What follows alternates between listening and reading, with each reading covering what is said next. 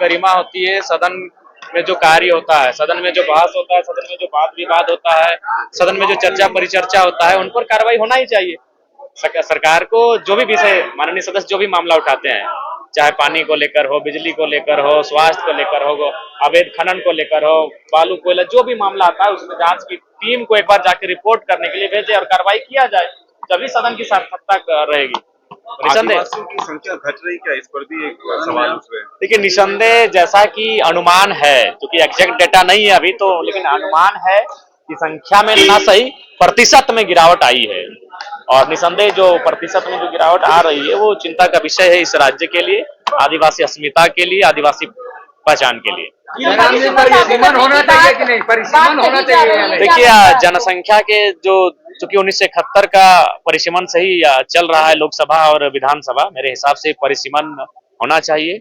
और परिसीमन से पहले एक बार जो लोग जनगणना की बात कर रहे हैं, जातीय जनगणना, वो उसका निष्कर्ष सामने आना चाहिए। चमरा लिंडा कल कहा कि आदिवासियों की सीट घट सकती है परिसीमन में, लगता है बड़ी दिक्कत होगी। देखिए, सबसे मेरा कहना यही है, मान के चलिए जनगणना सामने आती है और आदिवासी अगर राज्य में 25% होते हैं और मान के चलिए परिसीमन में 100 सीटों की संख्या 25 होती है, 100 होती है, 150 होती है, तो 150 का जो 25% होगा वो रिजर्व किया जाए आदिवासियों के लिए। एससी की आबादी अगर 10% है, 12% है, तो 150 का जो 10 और 12% होगा उनके लिए रिजर्व किया जाए। जो उनकी जनसंख्या इस राज्य में होगी जनगणना के पश्चात, उस जनसंख्या के आधार पे उनकी सीटें को आरक्षित किया जाए। वैसे में कुर्मियों को फायदा होगा इससे? कुर्मी तो 70 साल से सबसे अपेक्षित और सबसे प्रताड़ित कौम बन के रह गई है। शहादत की सबसे लंबी लिस्ट कुर्मियों की और संघर्ष की सबसे लंबी लिस्ट कुर्मियों की, और जब बात आई है इस राज्य में हक अधिकार की तो अशून्य है।